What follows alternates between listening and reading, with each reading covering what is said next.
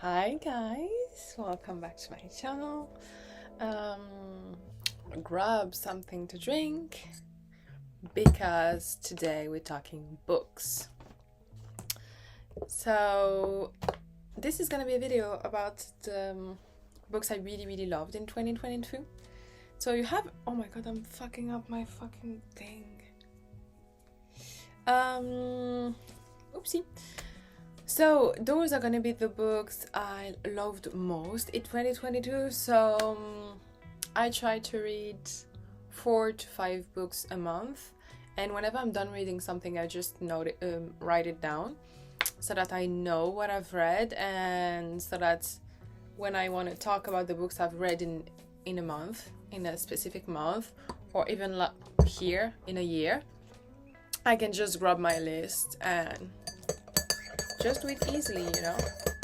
So I'm drinking an Ayurvedic tea with, I don't remember, it's in my kitchen, chamomile. Yeah, it's not really a tea because there is no thein inside. It's more like something you drink before going to sleep, but I already had a coffee. I don't know how to speak anymore. I drank a coffee this morning. Actually, just an hour ago. What time is it? No, 2 hours ago, and I didn't want to drink another one, so yeah. I try to be aware of the duration of my videos, but yeah, I'm not so. I have this is a hot water bottle, and I have it in me whenever I'm on my period or whatever, and before going to sleep, when I suffer from nocturnal anxiety. I think it's because I'm a control freak, so at the end of the day I'm like, before going to sleep I'm like, have I done enough? And it gives me anxiety. So this baby right here really helped me. Because yeah, it's hot, it keeps me warm, and I feel like there is someone next to me, so I feel less anxious, and his name is Sloth, and I love him so much. So yeah, I just have it here in case you guys are wondering. So without further ado, let's jump right in. Yeah, so I have a few books that I don't have because I lent them, so I wrote that down. And those are part of my favorite books in 2022. So I'm gonna pop a picture of this book here. The first one is called Humankind, and I'm gonna grab my phone because I don't remember who the author is. A few moments later. Okay, so it's by Rutger Bremen. He's from the Netherlands, and yeah, a friend of mine gave it to me for my birthday, and I took it when I went abroad, and I was like, you know what, it's time to take books that you haven't read yet and that you're planning on reading, and you're gonna have plenty of time, so just take those. And I was really surprised. I wouldn't have thought this book was gonna be this good. So, a little background. I'm an optimistic. I have this vibe. I'm really positive. I find the good in every situation. I try not to take things personally. And I know with all this like new age spirituality and stuff, it can seem counterproductive. But this is just who I am. I love to be happy. I love to be positive and stuff. And of course, I'm not happy and positive all the time, every single day, but most of the time I am, and even if I'm not, it's okay, you know. But yeah, this is my personality. I'm really optimistic, and I love life, you know. I'm a child of the universe. I love life and stuff. But it's hard to really be positive all the time. It's hard to be positive sometimes because you just think of everything that's going on in the world, whether it be wars, people being so mean to one another, and the environment, our earth that is dying and stuff. And I don't really watch news because that was that was giving me a lot of anxiety, especially with COVID. We were just bombarded with just news 24/7, and I don't think that's normal for a human being to be constantly facing everything that's wrong in the world, you know. So I decided to cut it off, not all of it, but I don't really watch news, and it helped me tremendously. So yeah, this book is about hope. It's about facts. So, you know, it's not just gonna be a book that's gonna say, hey, just be happy, the world is crumbling, but who cares, you know, what can you do anyways? It's a book that's gonna give you facts about the fact that the universe, that Earth is not a bad place, that it's normal when you hear bad things 24/7 to think that the world is fucked up and everything is crumbling, but actually it's not. It's just that bad news have more impact than good ones. They stick, you know. And also, most of the time, things we believe as true are not even true, though those are not backed up with facts. So this book, I love this book so much. I lent it to a friend of mine. Samu, if you're here, it's you. Hope you like the book. So yeah, I think that's the reason why I gave it to him, because I wanted to see him, and I was like, if I lend you my book, I'm definitely gonna get it back. So I'm just gonna lend it to you. Please take it. Yeah, haven't gotten that back yet, but I haven't seen him yet. Hence the fact that I haven't gotten my book yet. So yeah, a really, really amazing book. It gave me hope. It gave me a whole new perspective. And what I liked most about this book is that it's the author backs everything up. Everything is backed up. It gives you facts, you know, and not just theories and far-fetched things, you know. It's facts. Yeah, I loved it, and it really gave me hope. So there is no specific order in this list. I'm just gonna tell you about the first that comes to mind. I don't have the second one either, because I lent it to a friend of mine. And this is Conversations with Friends from Sally Rooney. So I already knew Sally Rooney because I watched the show Normal People, and I really fell in love with it. I really, really fell in love with it. You know,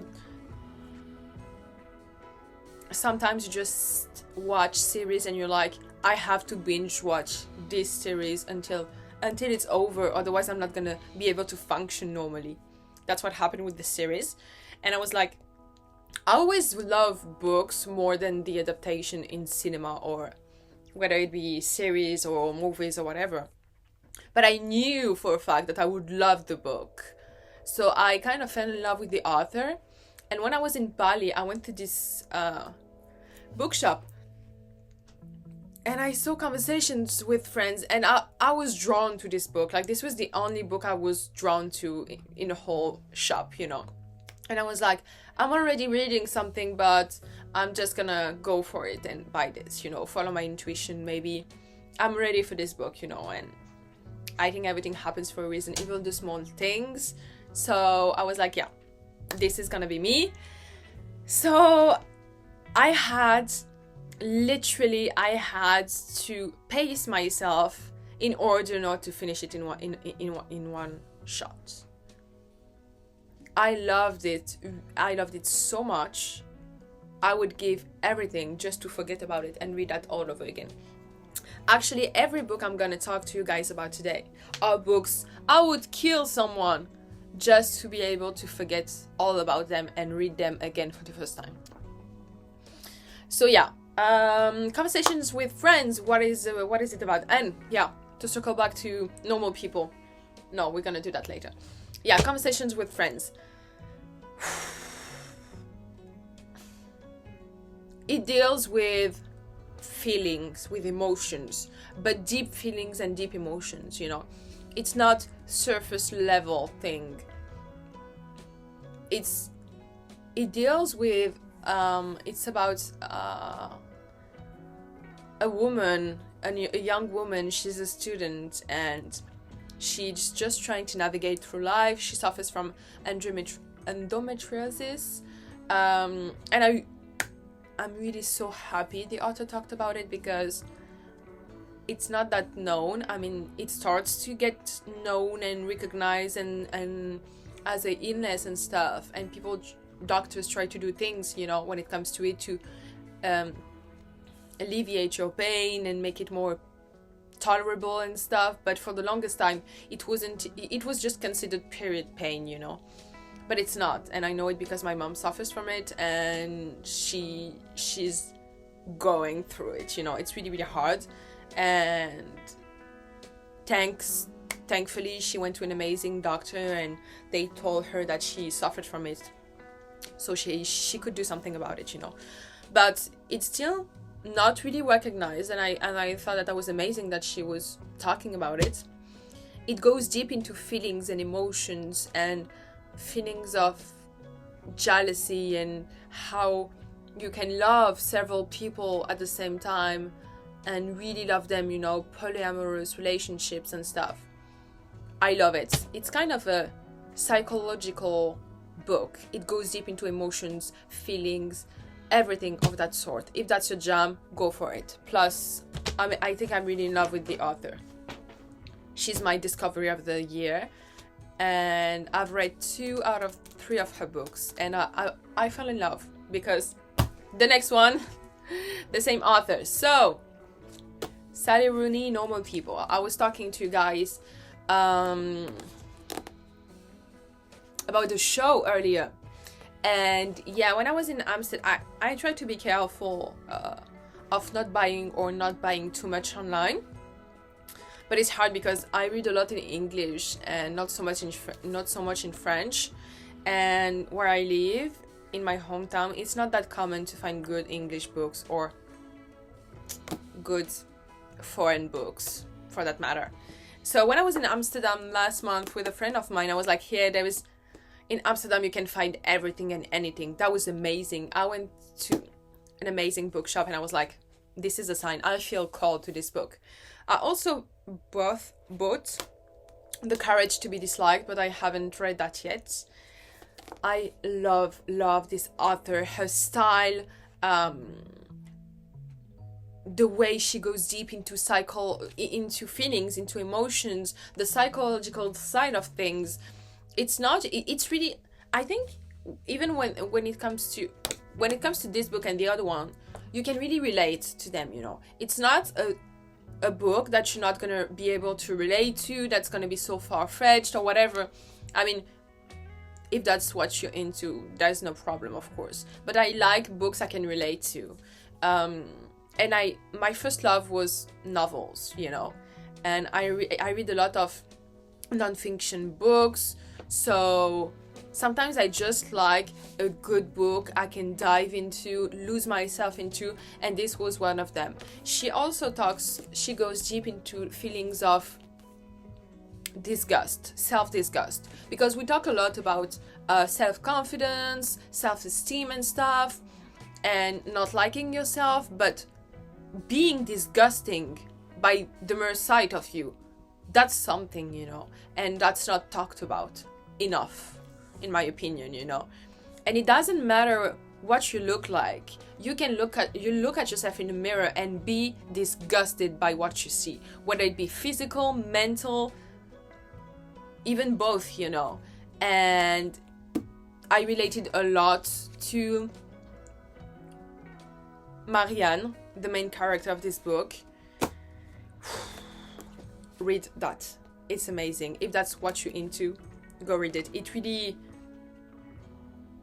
I couldn't navigate life. I couldn't go on with my life until I had finished it. Even though I knew everything that was gonna happen because I had seen the series, I was hooked.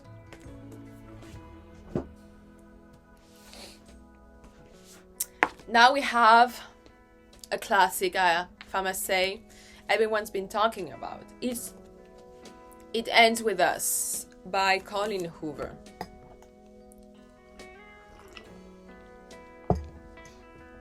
So it wasn't, when I read it, it wasn't that known yet. So a friend of mine advised it, recommended it last year, yeah. And she really, really insisted. I mean, harassing style insisted, you know.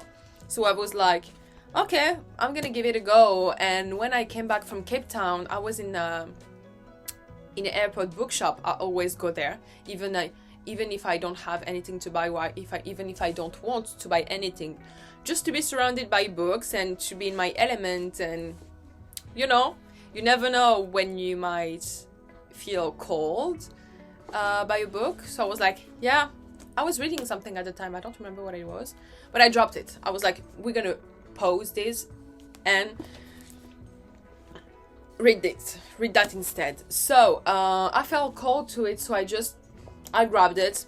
I started it in a plane from Cape Town to Tanzania, and I couldn't take my hands off of it. I needed to know what was going on, what was gonna happen. I really love the style of the author. It deals with a toxic relationship and a violent one, and how it's a circle. And because most of the time when people talk about domestic violence, it's easy, you know, to say to, if it's a heterosexual relationship, it's easy to say to the woman, well, if your man hits you, just leave him, you know. And I think that the blame is always put on the woman and not on a man, you know, because you're literally violating someone, you know. And I think it really explains what might happen mentally when you are in one relationship like this. I literally cried. I think it's so deep, it's so beautiful, and yeah, it's the first book I've ever read by this author, so I don't know. I know she wrote a lot of them, but I don't know about the other ones. Then we have, I don't know if you can find it in English, but if you speak French, this is Livre María by Julia Kerninon. I don't know if it's French or not. This book, my sister gave it to me, and I took it on my way to Tanzania. And it's a book about courage, about a strong woman that's not gonna let herself be beaten up by life. She just wants to have a good life. She wants to be happy. She wants to have the life of her dreams, even though life just keep putting things on her way that are really, really hard to deal with.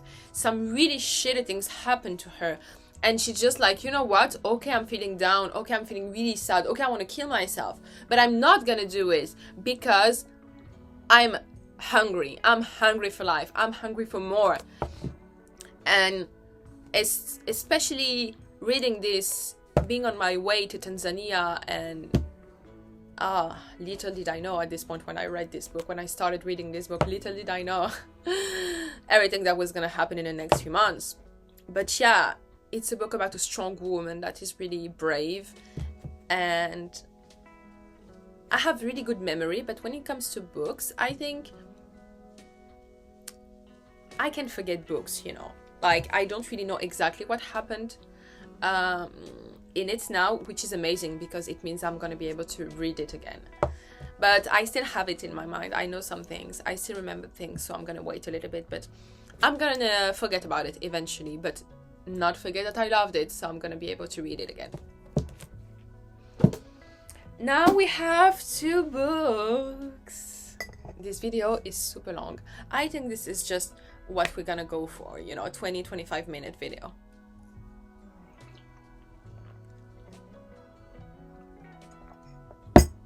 But I guess that's just a sign that you really love what you're doing, because you literally lose track of time. Yeah, I know almost every book I'm talking to you guys about, I bought them they have like there is a history there, you know.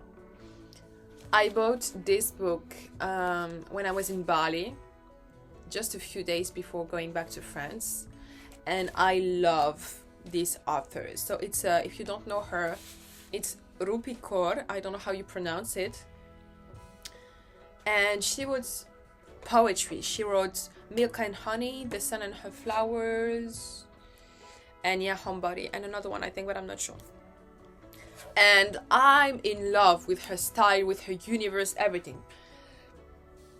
And I felt drawn to it, as you might have gathered by now. I have a list of books I want to read, but I'm waiting for the universe to put them in my way, you know, so that I know it's the right time for me to read those. And Homebody, it's about, you know, a return to self, a return to home, and starting to feel at peace within yourself and with yourself after so many years of neglect and heal treatment and stuff.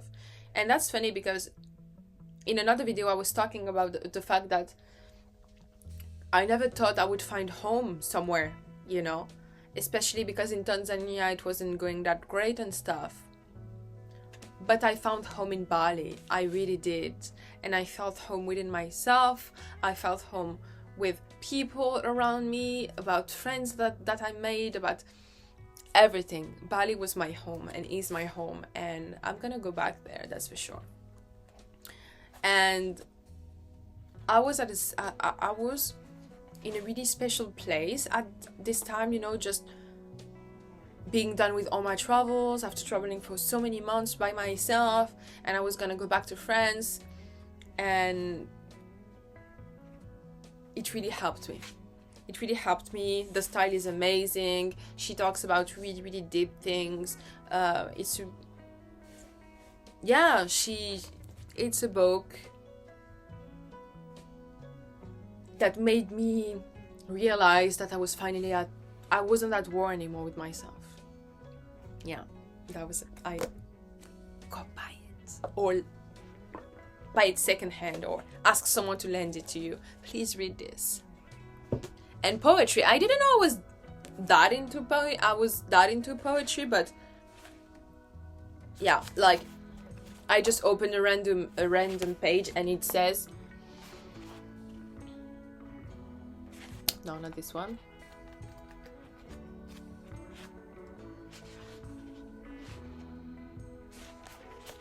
I don't need fixing. I will be searching for answers my whole life. Not because I'm a half-formed thing. Not because I'm a half-formed thing, but because I'm brilliant enough to keep growing. Deep. Queen. And the last one I have, I don't know, once again, if you can find it in another language than French, but maybe. It's called Jouissance Club by Jüne Pla. So, as you might have gathered by the cover, it's a book about sex. So what I really liked about this book is that there is something for you in it. Whether you're heterosexual, whether you're bisexual, pansexual, queer, we're gonna go with the whole category, whatever it is that you are, you can find something for you. It's a book that helps you get to know your body, helps you get to know your partner's body or bodies, and yeah, this book wants to make you realize that there are no boundaries when it comes to sex, as long as there is consent and stuff. There is a lot of things that you can do sexually that don't necessarily involve penetration. And I think we are living in a patriarchal society, an heterosexual, normative society. So it's hard sometimes to don't think of penetration when you think about sex. But it's so reductive because you can do so much, that you can do so many things that don't involve penetration. It's an amazing book. I've learned a lot. and you have you know, drawings, images, and then some a little description, and she gives you tips and stuff. So she gave her body and soul, like literally her body, to write this book, because everything that's inside, she tried it. I think we have to get more educated when it comes to sex. And if the government is not going to offer sexual education, we have to give it to ourselves. This is an amazing book. If you're into this kind of books and you read French, or you are in French, there is another one that I really like. It's called Bien dans ma tête, bien dans ma culotte. And yeah, it's about this, quite the same stuff, you know. I think those really go both hand in hand. Yeah. So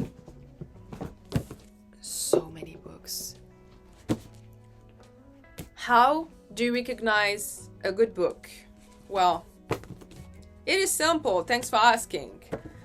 A good book is a book you really, really sad to finished. And those were mine. Thank you so much for tuning in, guys. I hope you enjoyed this little moment with me. I have. Yeah. Take care of yourselves and see you on the next one. Bye.